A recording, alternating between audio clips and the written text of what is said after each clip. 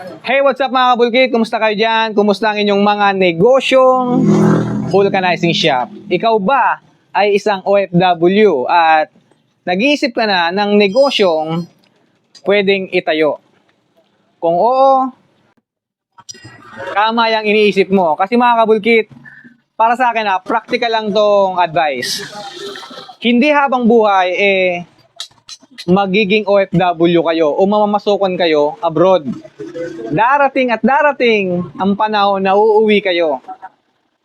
Kaya mas okay pa rin na habang andyan kayo, may pera kayo, mag-isip kayo ng magandang negosyo para sakali man umuwi kayo dito sa Pinas, patuloy pa rin ang pasok ng pera. Hindi yung pag-uwi mo rito sa Pinas, yung pera puro lang palabas.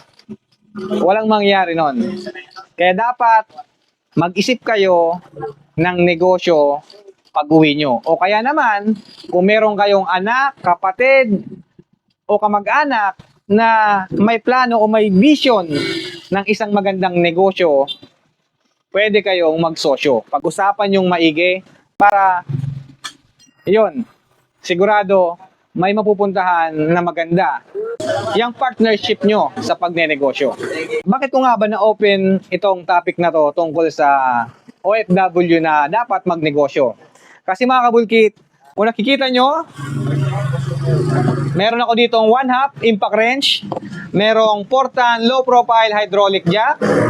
Ito mga kabulkit ay order ng isang dating OFW sa Pusyang Seaman.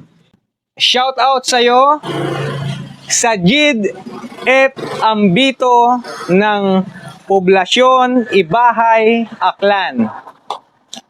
Kabulkit, congratulations dahil pangalawang branch mo na at nagpapasalamat ako dahil ang Wheeler Power Tools ang pinili mong maging partner sa iyong vulcanizing business branch 2.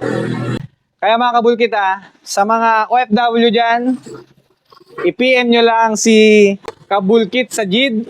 Baka sakali mabigyan kayo ng magandang advice tungkol sa naging experience niya from OFW to negosyo. Hindi ko sinasabing vulcanizing business ang pasukin nyo mga kabulkit Sinasabi ko lang kahit anong negosyo yan, basta negosyo. Basta mga kabulkit i-PM nyo lang sa Sajid F. Ambito. Siyempre, itetest ko muna to kung gumagana bago ipadala sa'yo.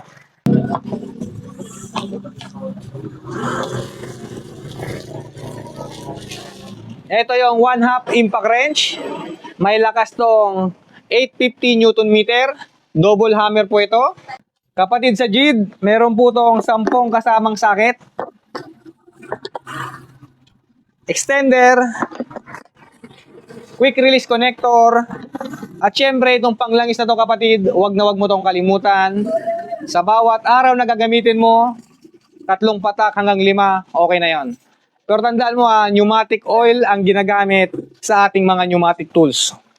Wag na wag ang gagamit ng mga ordinaryong langis o yung pinag-change oilan kasi hindi yun pwede.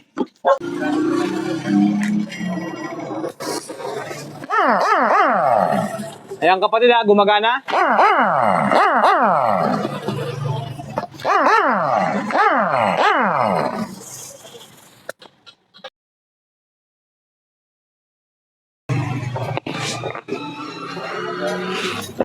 At ito naman, Kabulkit Sajid, yung in-order mo sa amin na low profile Portan hydraulic floor jack. Yan box ko para sa'yo.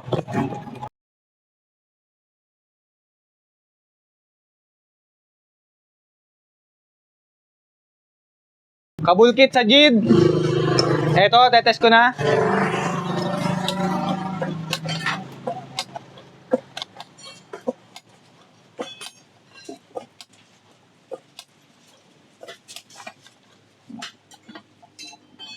Ito na yung pinakasagad niya. Sukatin ko lang kung ang pinakataas niya. Ito.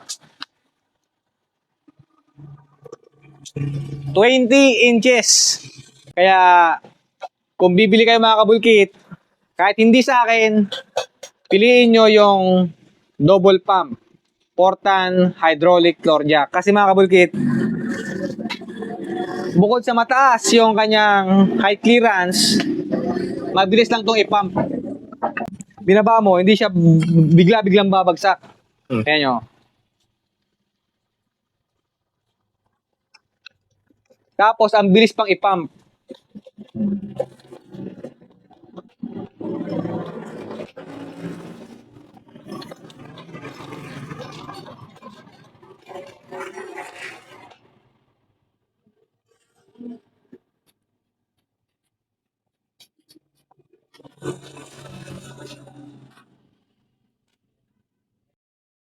Habang binabalot ko to, eto yung vlog ko na kung saan kinumpara ko tong single pump dito sa double pump na floor jack. Makikita nyo ang kaibahan.